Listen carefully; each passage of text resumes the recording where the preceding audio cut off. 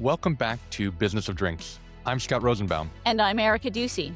Today we're talking with Jon Halper, CEO and owner of Top 10 Liquors, one of the largest and most influential independent liquor retailers in the U.S. Top 10 Liquors operates 15 stores across Minnesota and does more than $50 million in annual sales, which gives Jon a unique and rare vantage point. He can see category shifts, not just at the edges, but at real scale. And that's why this episode matters. Jon isn't talking about hypothetical trends. He's talking about where growth is actually coming from inside his stores and where it's not. We get into how Top 10 Liquors is thinking about growth right now. And it's not just from adding more SKUs, but rethinking store formats and footprints and the role that a liquor store plays in consumers' lives. For brands, this episode offers some real-time observations about purchasing behavior. Consumers are not choosing between categories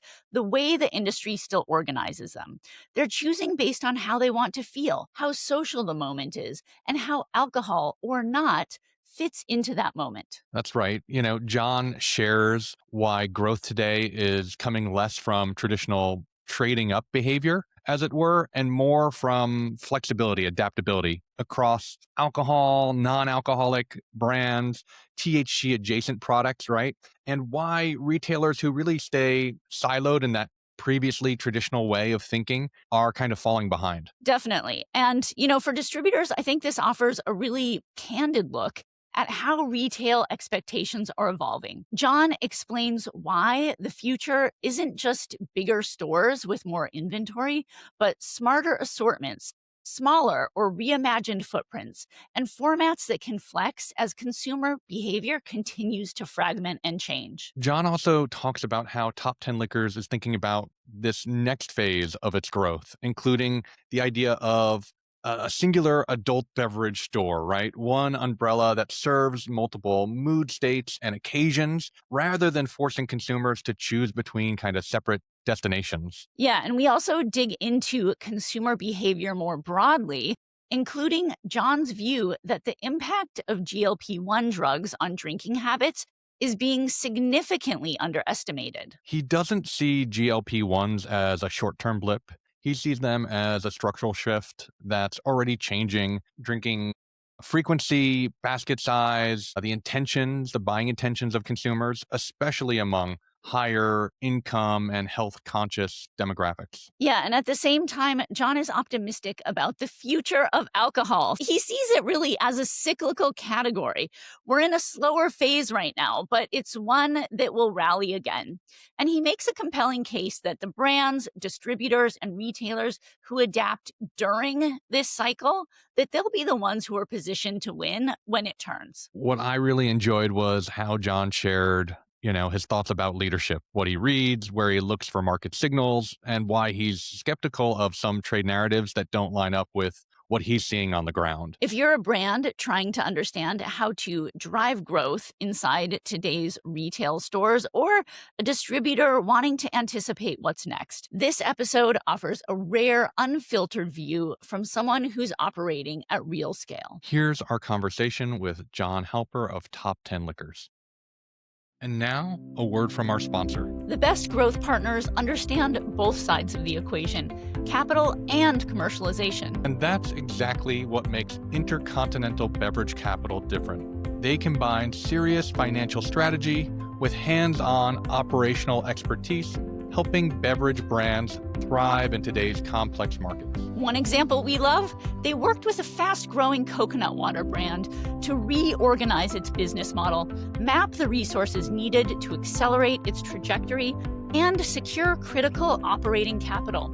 And that's just one of dozens of success stories. So, whether it's investor preparation, retail execution, or building the roadmap between the two, Intercontinental Beverage Capital is in the cockpit with you every step of the way. To learn more and set up a free consultation, visit inbevcapital.com. That's INBEV capital.com. And now back to the show. Jon, thanks so much for joining us on Business of Drinks. Great to be here. Really excited to be part of this. So let's start out with your background. You came to Top 10 Liquors having come from law and real estate and also big box retail. So tell me about that path and how those experiences shaped the way that you think about running a Bev Alc retail business. A great question. I'm originally a corporate attorney, started practicing in New York and then Minneapolis, and eventually left and sort of started a retail journey that led me through kind of each facet of retail, from real estate to store operations to merchandising at Target, eventually having all the pieces and then buying a small chain of liquor stores that we've grown. Honestly, each of the experiences really contributed to it because when I took over Top 10, I already had, really everything. Probably the one exception would be the marketing side of it, although I was heavily involved in marketing on a number of levels. So I really had sort of the full mix, and I wasn't targeting buying a beverage store chain or a liquor store chain. I was more looking for a great retail business, and fell into and eventually fell in love with this business. Nice. And you've grown the business from initially 4 stores to 15 locations in Minnesota and bringing in more than $50 million in revenue a year. So, what were the key inflection points in that growth story? So when I first purchased the original 4 locations, interestingly, was right after Total Wine first came to Minnesota, and they have aggressively grown in this market. They've got some of their, I think 2 of their top 10 locations are located in Minnesota. And so as I purchased 4 stores, I wasn't just sort of getting my arms around this new business. I immediately was dealing with Total Wine coming to town. And so the challenges were really at a different level than what most people in business go through, because, their model is, effectively selling product at cost and then driving people to buy their private label products, which we now have, but we didn't have at the time. And so we had to remake ourselves on a dime. And the person who I purchased the business from originally was a full price retailer.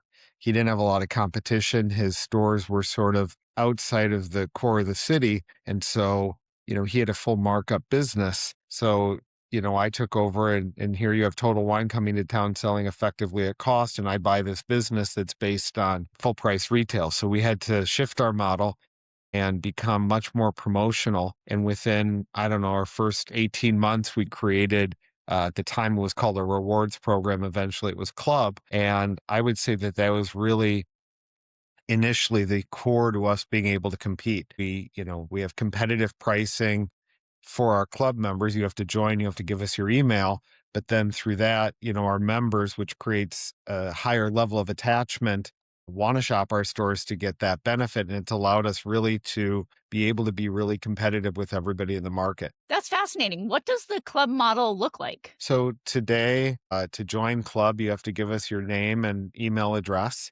And for that, it's free to join. You get competitive market pricing. If you buy, really any item, it's really competitive within our stores. You accumulate points. Those points lead to discounts. A typical member is getting 3 or 4 club coupons over the course of the year. It's 20% off of our retail pricing. So you're seeing a savings to both retail and our club pricing through that. And then depending on how much you buy from us over the course of the year, it also gives you the ability to get access to allocated product within our stores. So there's a lot of great benefits that come along with being a member, and it drives, we have 150,000 plus club members today. So it's really been core to our ability to communicate with our customers and also create that loyalty that everybody wants to achieve. Yeah, that's so interesting. And certainly that seems to have worked to become competitive with the huge Total Wine competition out there. And now, a word from our sponsor. If you're building a beverage brand in the US, you already know logistics, compliance, accounting, and distribution management can eat up your entire week. That's where MHW comes in. They're a licensed importer, distributor, and full back office partner across all 50 states. They handle the minutia so you can focus on building your brand. Whether you're launching your first product or scaling fast, they make the complex simple. Learn more at mhwltd.com. And now, back to the show. Talk me through the top 10 business today in terms of categories. I know you were an early entrant to THC beverages, so I'm curious to hear how that plays into the mix with everything else. Yeah. So, like most liquor stores, we're made up of wine, spirits, beer as sort of our core. And over the last 2.5+ years, like everybody, we've seen growth in the NA category. It's operating on a fairly low base. So, although we've seen explosive growth, it's so small that it doesn't register in a material way to our overall sales success. And then during that same period of time, we entered the THC market in 2022. Minnesota passed our own kind of loophole that allowed businesses to sell low dose THC beverages. Liquor stores are specifically allowed to sell what the state says we could sell. And for the first year, they didn't say we could sell them, so we weren't allowed to. It wasn't until June of 2023 that the state changed the list of products we could sell to add them. And, we launched them right away as soon as we could. And we've grown it now to be a key part of our business and our biggest growth strategy today. Yeah. And then how do the other categories break out? Is Minnesota more of a beer state or a spirit state, or how does that look? We're definitely a heavy beer state, spirits, sort of your traditional spirits as well, big vodka state. Anything sweet, people are definitely fond of in Minnesota. So it can be your sweet wines, cocktails, everything like that. In general, today, wine makes up about 25% of our overall business. Spirits, beer are each about 30% of our business, and then THC represents about 15% of our sales to make, our sort of total sales mix. But, the THC business obviously wasn't around 2.5 years ago. And prior to that, you would have seen really higher in all three: spirits, beer, and wine. And they've all sacrificed a little bit of the overall mix to allow for the THC part of our sales. And just in 2025, were there any categories that declined? Wine declined, without a doubt. Wine's down low single digits. Craft beer had its third year of decline. Those are double-digit declines each year. Spirits and beer both held flat, but that was largely driven in the beer side by domestics and some Mexican beers. And on the spirit side, largely driven by the RTD category, which stayed healthy. And tequila growth as well. In spirits, we've read about it. Jim Beam, everybody's seen declines in the brown juice side of the category. And I can give you a few different examples, but both from a sales perspective and a allocated product availability, we're definitely seeing I would say, major shift within the brown juice part of the category. Yeah. You really have a front seat to how consumer preferences are changing. In your perspective, what are the drivers that are pushing these shifts? Number one, and we don't talk about it enough as an industry, is GLP-1 drugs. I think that is the most significant part of what's happening to the alcohol world today. I've shared this before. I'm on them. I have personal experience with them. I think they're amazing. It's not a plug for them, but I think they've been amazing. But they give me and they give others complete control over your ability for many things, from food to alcohol and others, to control your engagement with that category. And so, they estimate today that roughly 10% of the population is on GLP-1 drugs of one type or another. Assuming that's accurate, and if you're drinking half as much as you were drinking before, that would suggest about a 5% decline in the alcohol category. And that's probably nationwide not far off from what we're seeing. So I personally think that the diet drugs are having more impact overall on business than any other area. Economic challenges, young people drinking less, people focused on health are definitely elements of what is going on. But I do believe that the biggest shift that we're seeing is from these diet drugs. And for those of us that pay attention, the cost of those drugs are about to go down significantly, which in one sense is good. But, if you take something that today costs somebody without insurance $500-$600 to buy, and all of a sudden it's a couple $100, we're probably going to see significant growth in the number of people that are on these drugs. And so I don't think these declines are going away anytime soon in the alcohol category. Yeah, you're right. That does not get enough play out there. Usually, when I'm talking to people, they're putting it in like the fifth or sixth ranking. But I think just a lot of people at this point just don't have that much experience. I think it's a combination. You have to pay a lot of attention to what's going on nationwide. You have to really watch that type of stuff. And I think my personal experience helps me understand it better and also the impact on our business. I'm 58 years old and I don't sleep well after I drink. So prior to going on GLP-1 drugs, I still drank and I just sort of dealt with it. Since I've gone on them, I drink a lot less. And it's not that I don't like alcohol. It's not really worried about the health risks of it compared to other categories. I just have the ability to control it and not do it because I want to get a good night's sleep.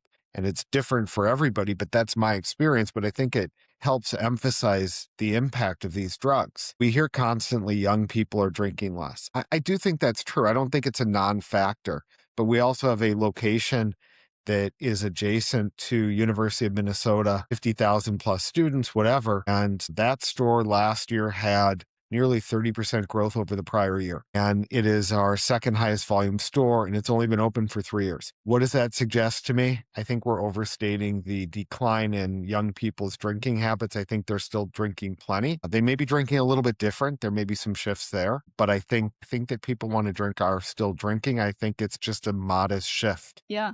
Did you see at that particular store near the university, did you see particular shifts in categories that were different from other stores? Absolutely. Even I thought when we opened the store that it was going to do incredibly well for THC. It is, as a percentage of overall sales, the weakest by far of all of our stores. I assume that that relates, number one, to the cost. If you get a 4-pack of 10 milligram THC beverages, let's say it's $15. I'm not against it. I'm actually in favor of it, but I don't usually go buy weed in my local dispensary. But I'm guessing if you want to get weed and smoke it, however you choose to smoke it, it's far more affordable. So I think that, 21 plus people that want to get high that are of that kind of 21 to 25-year-old age bracket are not looking to enjoy a beverage. They're more looking to smoke a joint or smoke a bong or whatever that's going to be. And so I think that's part of the reason that store is significantly less than my other stores overall for THC.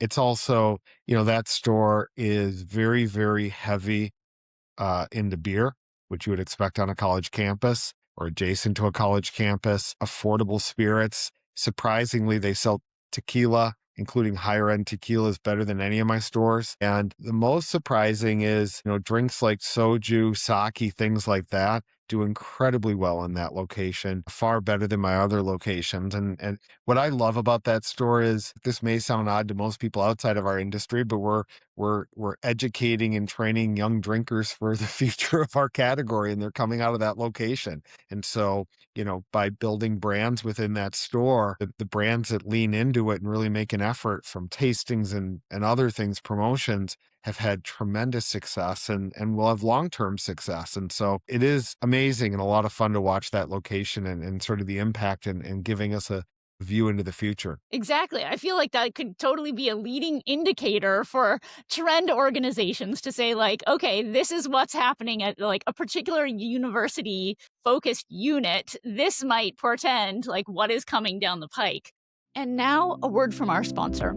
If you're building a drinks brand right now, you've probably realized something uncomfortable. There is no playbook anymore. Looking good isn't enough, a clever tagline won't save you, and copying what worked 5 years ago, that won't move the needle. That's exactly why Nihilo Agency created the 2026 New Rules Report. It breaks down how the most effective beverage brands are actually building today, across alcohol, non-alc, and everything in between. If you want clarity on how brand really drives growth right now, go to newrulesbev.com/report to download your copy. And now, back to the show. Well, tell me a little bit about your product strategy. So I've heard you talk about the 80-20 rule and how it really applies to your stores.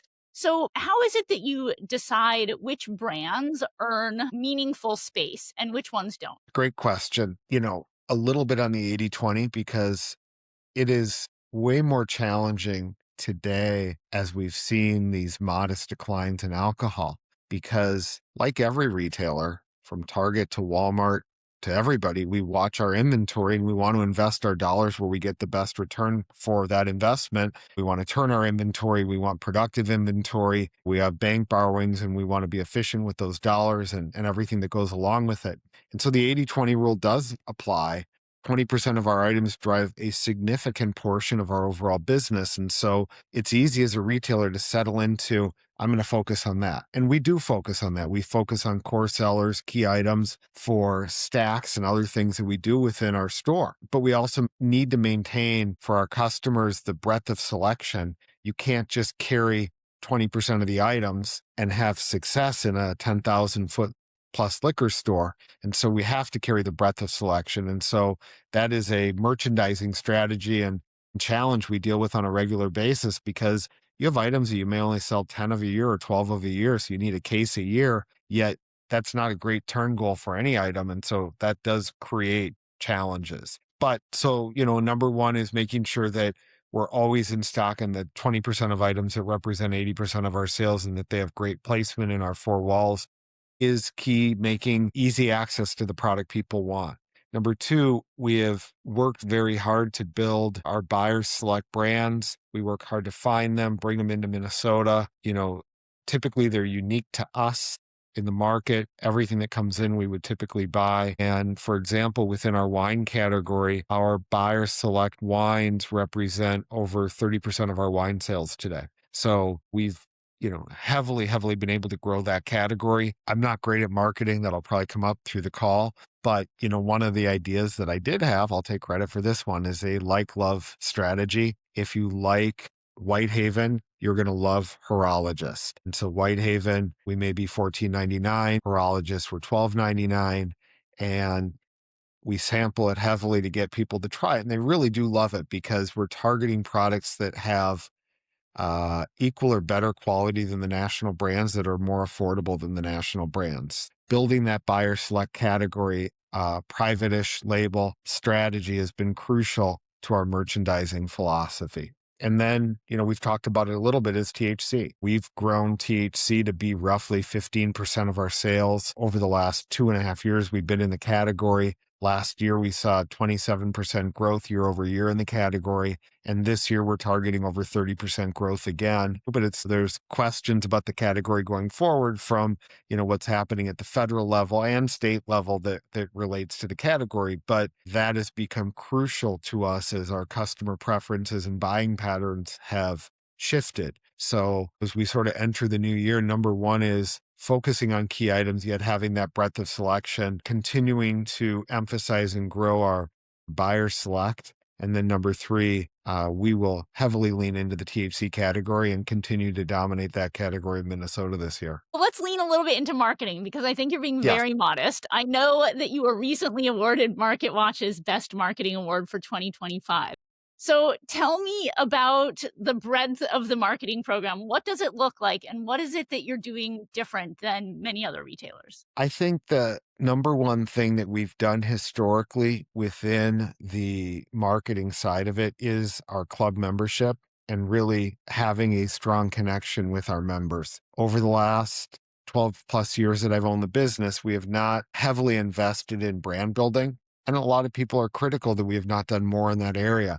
But what we've tried to do is have a great relationship with our existing customer base. And so you can call it service or you can call it marketing. I think they sort of come together. And that's part of what MarketWatch really was emphasizing, is that we're very focused on that club program and staying connected to our customers. I think every retailer would say the same thing. It's much easier to sell more to your existing members than to bring in new people. And so we've always emphasized that side of it. We are really trying to evolve the category and what we do from a marketing perspective right now. And, we're hot in discussions for how we want to lean into it this year. Number one, as alcohol is in modest decline, for us not to decline in the alcohol category, we can't just plan on selling more to our same members. We need to reach out and grow our customer base, which means we're trying to steal market share from our competitors, whether it's grocery, Total Wine, or other independent liquor stores. And so one of the things we did in 2025 is we signed a partnership to be the preferred liquor store of the Minnesota Vikings. We felt that by attaching ourselves to probably the biggest brand in Minnesota, we can begin the elevation of how people see us and perceive us to start growing that. And the 1-2 punch of that, the second side of that is working with influencers, particularly on the radio side, in order to start telling the why story, the why top 10. Because for people that haven't shopped us, they need to know why it would be important to come into our stores. And so by having influential people start to talk about their experience in our stores and the relationship with us and the why us, we're optimistically hoping that we begin to expand the audience of people shopping our stores in a big way. Well, let's talk a little bit about the brand approach, right? So let's say that, and I'm sure you'll have many brands who will want to be part of the top 10 liquors universe after hearing this episode. So, what are the important signals that you're looking for before agreeing to commit to a new brand? Funny because on the THC side of it, I've said for a while that I'd like to get, a group of a few other buyers together and do something like a podcast or whatever, where we taste beverages and give immediate feedback and sort of all collaboratively go through that process together, because I think every brand really needs to get that level of insight for how to succeed at retail. And I think we spend a lot of time talking about how brands can get placed in our stores. And I think it's an important conversation. I actually think the more important part of it is how brands succeed once they make it into our stores, because I'm easy. If you have a good story about your brand, I want to give you a chance to succeed, particularly if you're a Minnesota-based brand. I think it's really important that we lean into the local side of it as well. That's not the tricky part. It's the tricky part is once you get that placement in our store, how you're going to help your product sell over and over again so you're getting orders. And we can go through the NA categories. We're in dry January. We can go through THC as part of sort of California dry January, or we can go to spirits or wine. And it's always the same thing. Brands get in, they're so excited. You can go to LinkedIn and you can see all these brands posting about, oh, I just got into Whole Foods, or I just got into Walmart or Target. What we really need is to post on what happened a year later. Was it successful? Did you get the orders? How did you succeed? What were the things that you did to drive your business at retail? And I'm not avoiding your question, but like, I don't know, not every brand would say I'm easy, but I am pretty easy. If you have a good story, like, I want to give you a chance to succeed, and I want to facilitate that as long as you meet, the important parameters to succeed in our stores. But I need you to understand that you own your brand. I don't own your brand. I have, I don't know, 10,000 different items in each of my stores, and you need to take responsibility for driving your business. And I think most brands forget it and they celebrate the placement, not the reorder. And that would be a great evolution.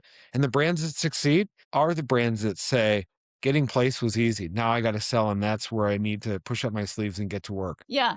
In terms of support from brands, what do you find to be the most effective? Number one is tastings, and you can't overdo how many tastings you're going to do in our store. And everybody wants to say, I did a tasting today and I sold out. And it's great when we sell out a brand. I mean, like, we all celebrate that. It's fun to do that. I don't actually focus on how much we sell that day.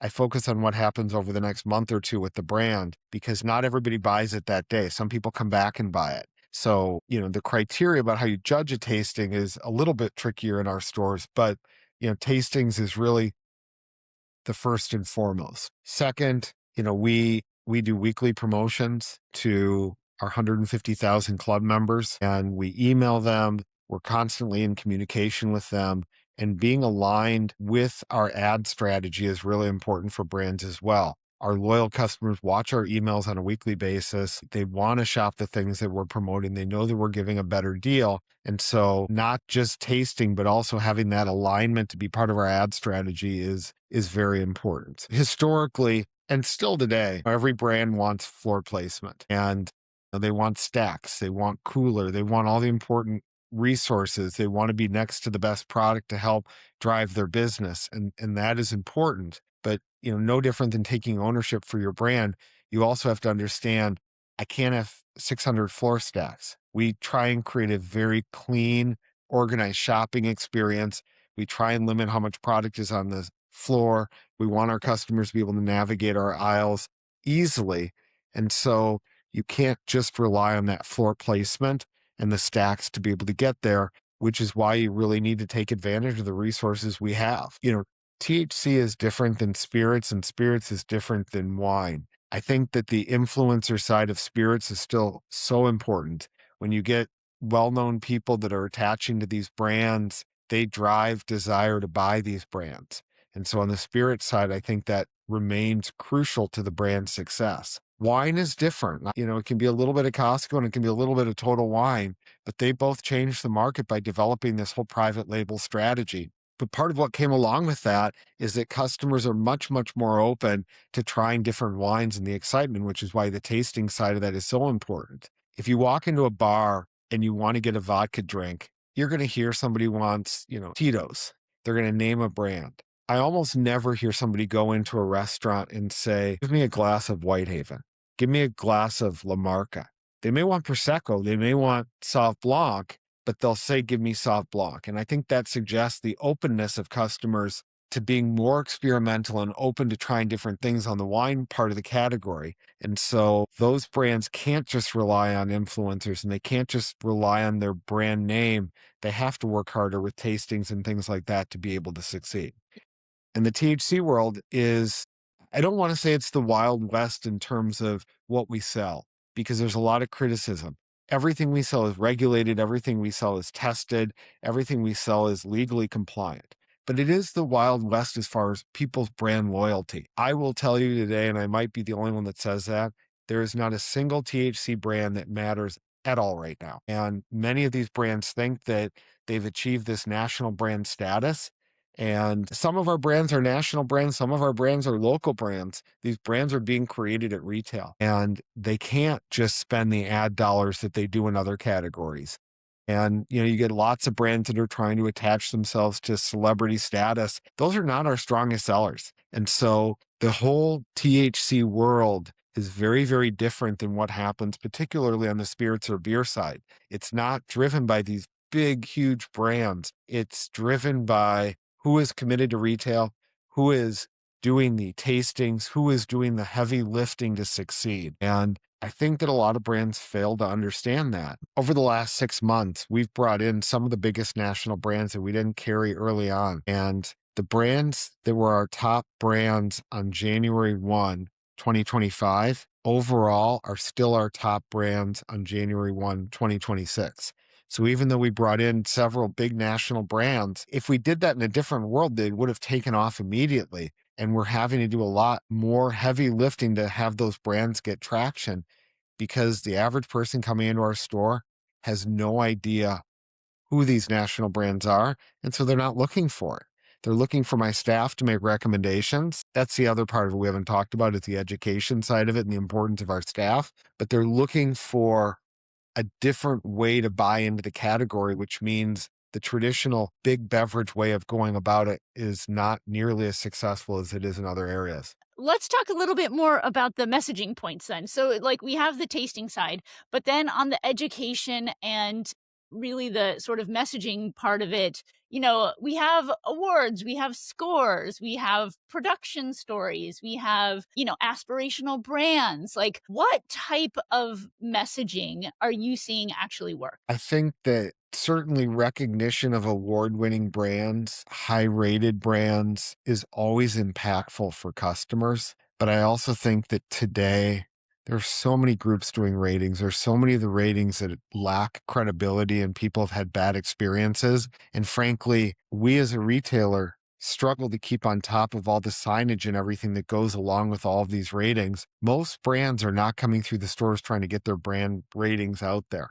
They're sort of just moving on to the next, retailer to put product away if they're doing anything and not really focusing on how to build their brand on our shelf by telling their own story. And the other side of it is if we had every brand put all their recognition, we would just be a sea of signs in our store and that wouldn't be customer friendly because they would have no way of being able to tell it apart. On the one hand, I do think ratings and awards are important, but I think it's much, much more challenging for brands to figure out how to navigate how to use that in a material way at retail or frankly at on premise. I mean, And when you go to a restaurant and you look at a wine menu, it's confusing, it lacks information. There's all sorts of challenges that definitely go along with that. And I think it makes it really, really tricky. So I'm not giving you a path on how they succeed. I think it's a challenging environment to have to deal with. When you have ratings that really are material, I think we need to be showing them. And I would encourage more brands to be putting them on their labels, attaching them to things that just get placed at retail that don't involve after the fact people having to go put up tags and things like that that end up looking a lot sloppier in stores. Yeah, definitely. Well, what about non-alc beverages? They're such a big topic across the industry and certainly, in many places seeing double and triple percent growth, but over a small base, as you mentioned. So, from your perspective, really, how is non-alc performing and what is separating the brands that have staying power versus those that don't? I think it's a really complicated category, and I constantly try and learn more about it and feel like I am, a C student in that effort. The simplest part of it is, you know, the NA beer brands, particularly Athletic, does really well. There's a high demand for NA beer. It sells year round. Yeah, it bumps a little in January, but it's a very, very healthy business.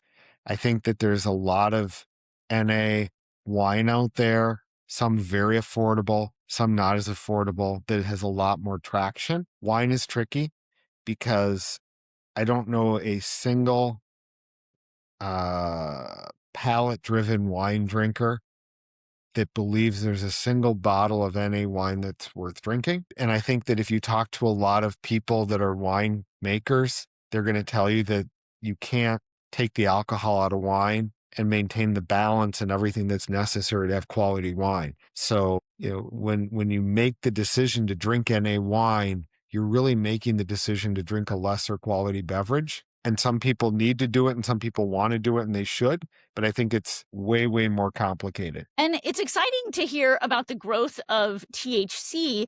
And I understand that you're not just selling THC drinks, but also THC edibles. So tell me about what you're seeing in this category from the format perspective as well as the dosage perspective. I'm pleased to answer the question as we see some evolution in the overall category, because a year and a half ago or a year ago, my answer would have been very different. So if you sort of go to the mindset a year ago, I would have said that it was all heavily beverage driven. 10 milligram beverages were really the driving force in the category. And, that was kind of it. We as a retailer, we're definitely suspect on the edible part of the category, interested, but weren't seeing a lot of success. A year later, our biggest growth is coming from edibles, which is really exciting to see. I think a lot of people are starting to realize that the beverages are fun and social. And when you're in a social situation, you may not take a gummy, but if you want sleep quality, if you want energy or the functionality, that's more likely to come from an edible versus a beverage. So we've seen huge, huge growth in the edible size of the category, and it's growing to be almost 25% of our overall THC sales, which, many retailers like Specs, Total Wine, and others are not in or are very limited in that edible side of the category. And I think everybody's missing out because it is booming for us. The beverage side of it is still heavily, heavily dominated by 10 milligram beverages. And forever I've sort of said publicly, and anyone asking, that 98% of our beverage sales are 10 milligrams, and we want to see success in 5 milligrams, but we haven't seen it. I looked about, at the end of the year, sort of as I was doing my updates, and all of a sudden we have about 10 or 12 5 milligram beverages that are cracking into our top 100 beverages overall. And so we're starting to see the lower dose succeed. And I want nothing more than 5 milligram and lower to succeed, because I think ultimately that shows a broadening of the category. The early adopters are probably, the people who are more likely to go to a dispensary who are THC friendly, and they quickly grew to the 10 milligram beverages, and that's represented 20 to 25% of our customer base. The 75% of our customers not in the category are less likely to be that dispensary customer, and we're going to get them into the category by lower dose. So seeing that lower dose to me is very, very encouraging. And I love seeing it. I think a lot of brands think that I've been critical of 5 milligrams. I'm not critical of it. I just want to sell what my customers want to buy. And I'm really, really happy to see them branching into 5 milligram.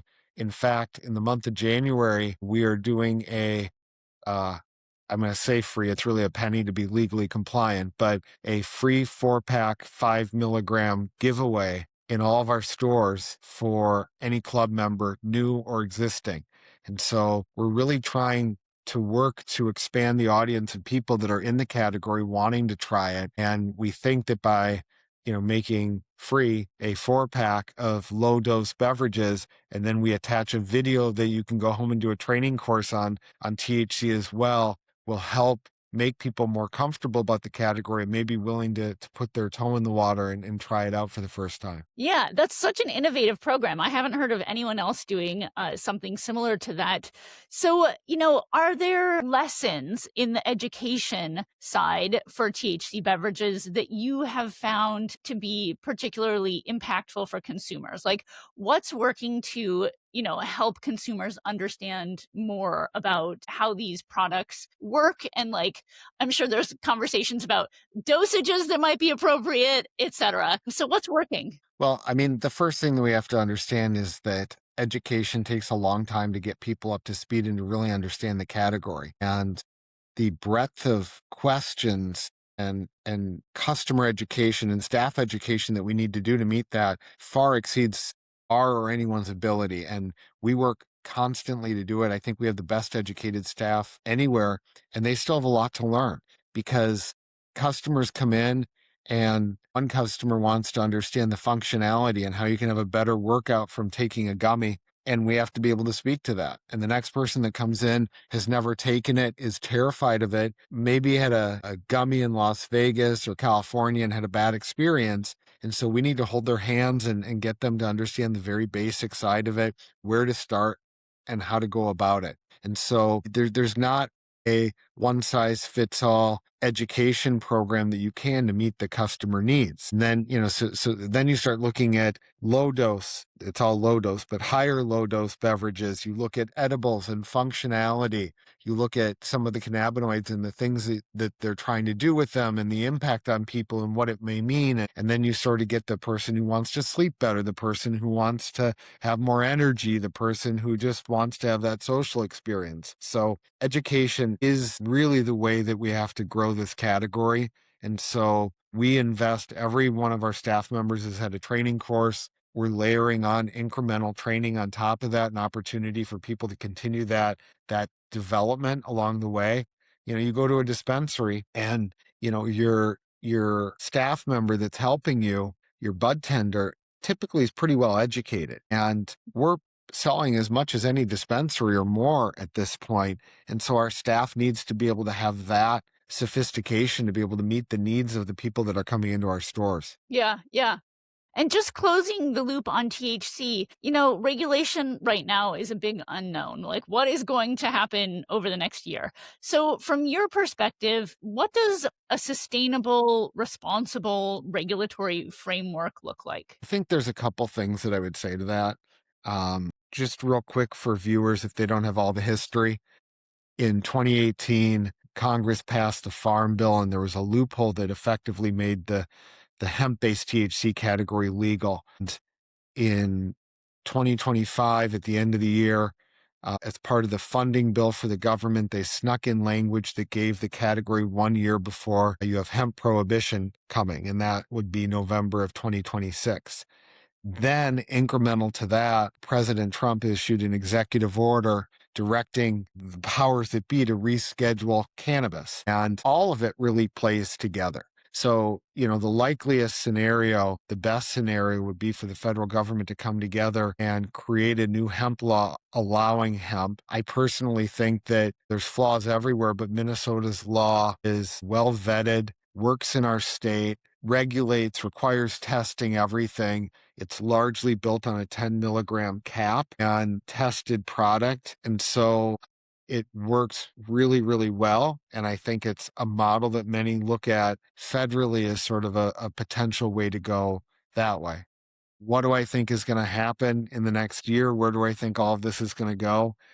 Uh, I'm not a federal lobbying expert in any sense. Most of what I understand, I read or I hear from other people and do my best to understand. Number one, I keep hearing that it's practically impossible to create a bill and get it approved by the federal government in a year. And so I think many people doubt the likelihood that you're going to have a heavily regulated hemp industry recreated in the next year. I think what most people at this point are hoping for is a extension of the 1 year that was given for an additional 18 months, which would give brands comfort. It would also it would give farmers comfort to plant, seed, and grow hemp, which is obviously required to have hemp-based cannabis. I think we all hope that happens. I think it's a reasonable chance that it may happen, but I don't think we can understate the significance of successfully rescheduling cannabis, because it may not be an interstate allowance, but it may be an intrastate allowance. And so you take a state like Minnesota, and I'm optimistic that our legislators are going to go and hopefully recreate our laws to no longer have a hemp distinction, but instead a low-dose cannabis versus full throttle cannabis, and that liquor stores would be able to continue carrying low-dose cannabis beverages and edibles. They're just not going to be called hemp. They're going to be called cannabis. And as long as you get the rescheduling, I think we'll work out the insurance and credit card issues, and we could still have a thriving industry within any state that chooses that path. So I'm no longer pessimistic about what I think is going to happen in the next year. I'm pretty optimistic that broadly, at least within Minnesota and other states, if not federally, we'll figure out a way to continue the category. And, it's one of the reasons that we're bullish on the category. And as a retailer, we're going to invest in marketing and actively trying to continue to grow the category. So, if you were advising a drinks founder trying to win at retail in 2026, what are the biggest mistakes that you currently see them making, and what can they do differently? I think the biggest mistake I see over and over from brands is trying to be in every market and not do less markets well. They go into a market, typically it's their home market, they have success, and the next thing you hear is they're in 23 different markets. And I'm not saying that no brand can succeed that way, but I can say as the retailer, especially if you started in Minnesota and now you're in 20 some other states, you're not working to grow your business in our stores, and it's showing, and we feel the impact of that. So the biggest thing that I would say is I understand that brands want to get funding, and when they're able to grow across a lot of markets quickly and see success, they're more easily able to get that funding. But I also think what you end up seeing is that for most brands, they fail because they overextended themselves. They don't have the marketing, tasting, other support within a market. So, the number one thing I would say is slow growth, but solidified strength is way, way better than quick expansion and not having success anywhere. So the biggest thing I would say to the brands is don't grow too quickly. I think the second thing, and this is hard, in every market, particularly the THC world with, hemp not being federally legal within less than a year, but brands that are underfunded struggle to succeed for the same reason that growing too quickly. They can't have the necessary resources to do tastings, ad participation, promotion, and all the elements that they need to be able to succeed. And so, it's a 1-2 punch. Be funded well enough to be where you are, and where you are, make sure you're succeeding before you go to other markets, because not everybody has the budget, the wherewithal, the experience to go to tons of markets at the same time. I think those are probably the two most important things. And I might not be the most pro distributor person on the planet. I probably have some quotes out there that would suggest that. But I will tell you that a partnership with retail is really, really important. If you're just relying on your distributor to do everything you need to do, distributors are great at getting product from point A to point B. Nobody can do it better than they can. Looking ahead for top 10, where do you see the biggest growth opportunities over the next few years, whether they're by category, format, consumer behavior? Where do you anticipate growing? Earlier this year, I came out and said that we wanted to create a new concept, which was a smaller footprint that would be 50% the best of alcohol and 50% THC. And, you know, w- pause, maybe it's the right word, maybe it's not. But, we slightly put that on hold just to see what happens federally with the hemp side of the category. but I think that our customers are looking for an adult beverage store. I don't think our customers are looking for a liquor store. I don't think we should have to pick between being a THC store or a liquor store or an NA store. I think that the future is meeting our customers where they want to be met. And I think most of them want the flexibility to be buying all these categories. So I really do think that are leaning towards that sort of new type of experience is the future of where we see this going. And so I'm very optimistic that hemp will be legal and then we'll be able to sort of put that back on track because alcohol is not dead. It's in slow decline. It will come back. It will rally. Although GLP-1 drugs, which we talked about, may help people resist it to some extent. Americans have an incredible ability to overcome stuff like that and eat too much and drink too much and all the things that they do. I'm a believer in that side of human beings. And so I think alcohol will absolutely rally. Probably not in 2026, maybe not even in 2027, but it will come back in a huge way. It's a cyclical category like everything is. Having that umbrella where we can meet all of the mood-altering desires that our customers have under one umbrella, I think is really the future of retail. And I think it helps separate what we do from a grocery store and a hardware store and everything else and really lays that out. Yeah, yeah.